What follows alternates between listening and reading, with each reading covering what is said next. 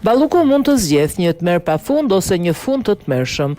Artan Hoxha, Veliaj, zëvendës kryeministria dhe Akshi, 3 rrënjët kryesore të pushtetit të Ramës.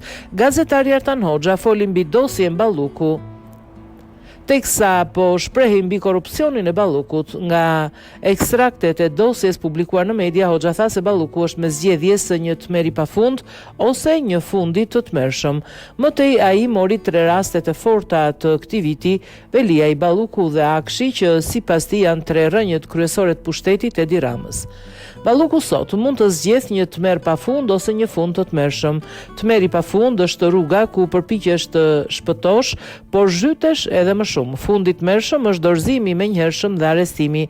Rama është pranë, por ai po përpiqet të vonojë vajtjen e tij në SPAK. Ngjarjet e këtij viti nisin me Erion Veliajin, vazhdojnë me Ballukun dhe përfundojnë me Akshin, 3 rrënjët kryesore që mbanin trungun e pushtetit Edi Ramës dhe janë qarku më i madh në vend që s'ka ndodhur të fitojë 12 mandate dhe na solli Zegjine në parlament.